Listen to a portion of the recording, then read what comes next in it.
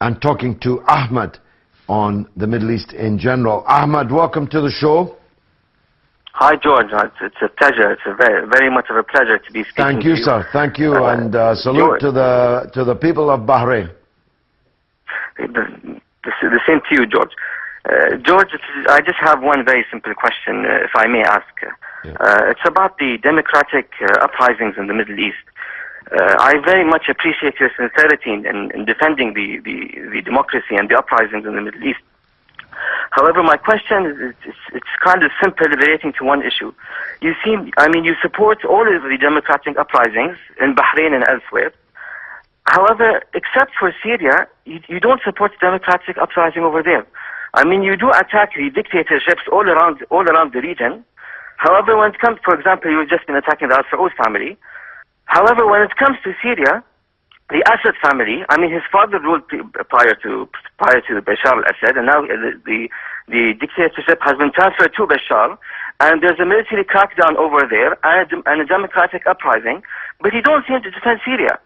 That sort of questions the sincerity. I don't know what you think about this issue anymore.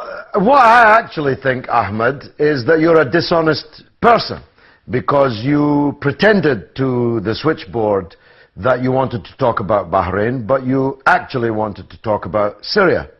So that's dishonest.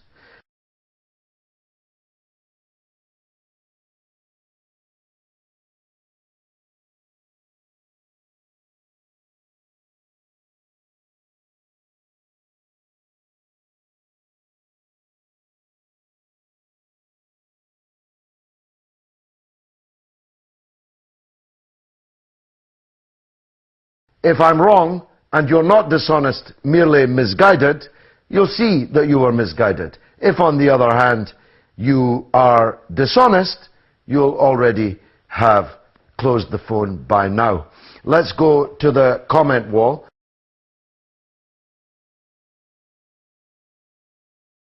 It's evening here, so I say good evening. Good evening.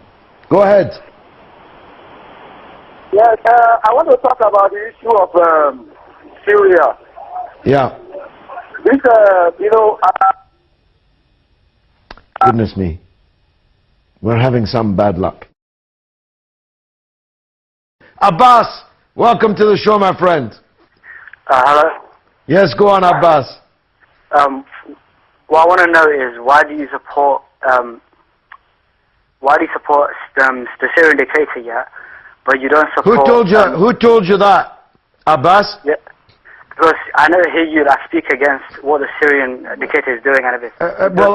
If you go to YouTube and type in George Galloway plus Syria, you'll hear me speaking plenty about Syria. People in the world are very proud of the speech made by President Al-Assad. You're just talking through a hole in your hat, Abbas, but you too, you see, are a dishonest person, because you pretended to the switchboard that you wanted to talk about Saudi Arabia and Bahrain, and you did not. And dishonesty is not good, Abbas, especially when you're lying about me.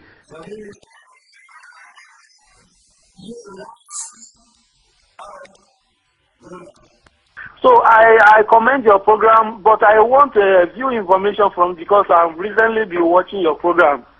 So I want to know are you a Muslim or a Christian? That's none of your business. Go on. Okay. So I do appreciate what you do for Muslims, but I want to comment on the Arab people generally. Why are there killings in their countries? And I'm so disturbed anytime I watch on Press TV, on Al Jazeera, on different platform news, international news, we see killings. Why can't the Assad leave the throne and give peace a chance? Is he happy for how they are killing themselves? Well, there's quite a bit of killing in Nigeria, Lawal, no? Yes. What do you say, sir? I said there's quite a bit of killing in Nigeria. Of course, of course, of course.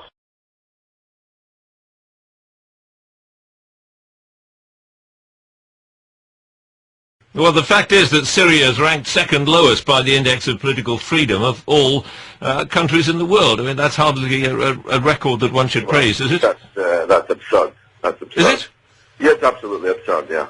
On the 30th of July, in Damascus in Syria, appearing, I've given it all to you in a piece of paper, in front of Mr. Assad, whose death squads are cutting down the leaders of democracy in Lebanon, as this is going on, to tell the Syrian people they're fortunate to have such a leader.